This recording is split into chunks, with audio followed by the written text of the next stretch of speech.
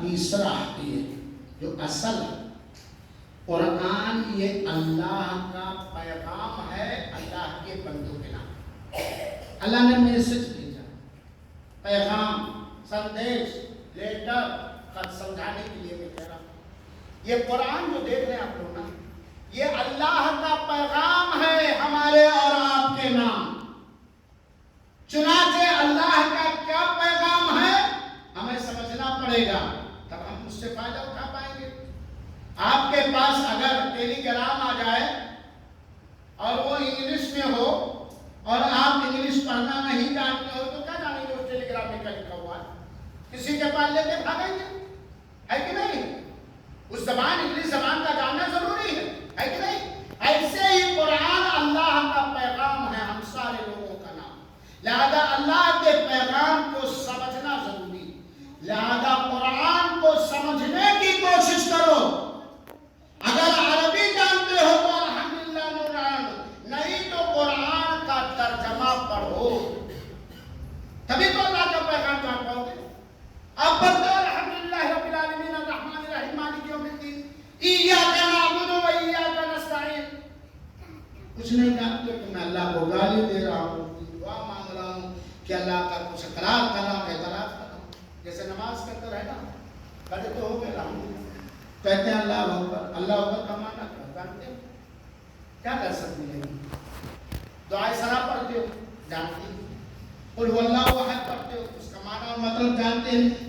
قرآن بھیجا گیا ہے ایمان لانے کے لیے، تلاوت کرنے کے لیے اور سمجھنے کے لیے۔ افلا یتدبرون القرآن، اللہ تعالیٰ کہتے ہیں قرآن پر غور و فکر کیوں نہیں کرتے، اس کو سمجھتے کیوں نہیں؟ کیا ان کے دلوں پر تالے لگ گئے ہیں؟ قرآن کا ترجمہ پڑھو۔ اگر انگلش جانتے تو انگلش میں، ہندی جانتے تو ہندی میں، اردو جانتے تو اردو میں۔ ایک صفحہ آپ نے تلاوت کر لی، مثال کے طور پر فجر کے بعد جب کسی وقت بیٹھے ایک صفحہ یا 10 آیت آپ نے تلاوت کر لی، اب ایک آیت کا ترجمہ بھی پڑھ لو۔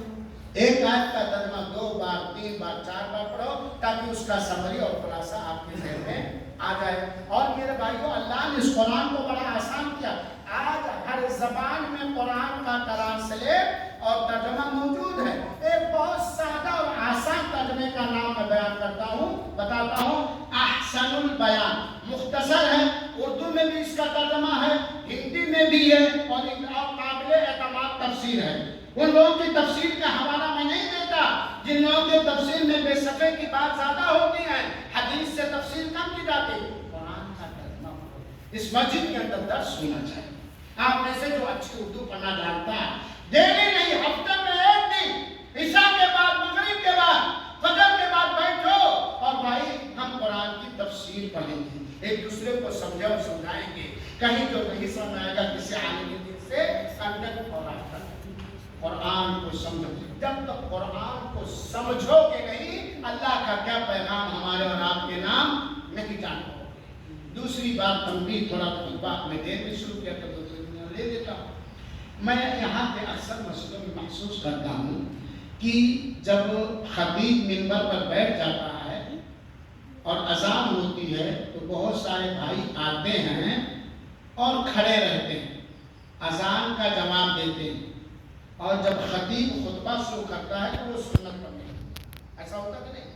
ہونا یہ چاہیے کہ اگر اذان جو خطبہ کی وہ اذان ہو رہی ہو جمعہ کے دن، جس خطبے کے بعد خطیب خطبہ دینا شروع کر دے گا، تو آپ جیسے مسجد میں داخل ہوں اذان کا جواب دینے میں نہ پھنسیں، آپ ہلکی 2 رکعت پڑھ کے بیٹھ جائیں، کیونکہ اذان کا سمجھے گا، اذان کا جواب دینا سنت ہے اور خطبے جمعہ کو غور سے دھیان سے کان لگا کر سننا فرض اور واجب، فرض اور واجب۔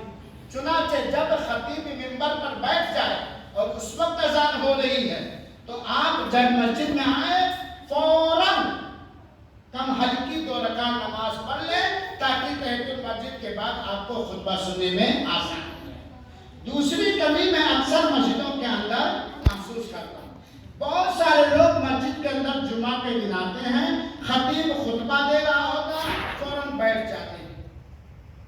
حالانکہ اللہ کے رسول اکرم صلی اللہ علیہ وسلم کا صحیح فرمان مبارک ہے کہ جب بھی کوئی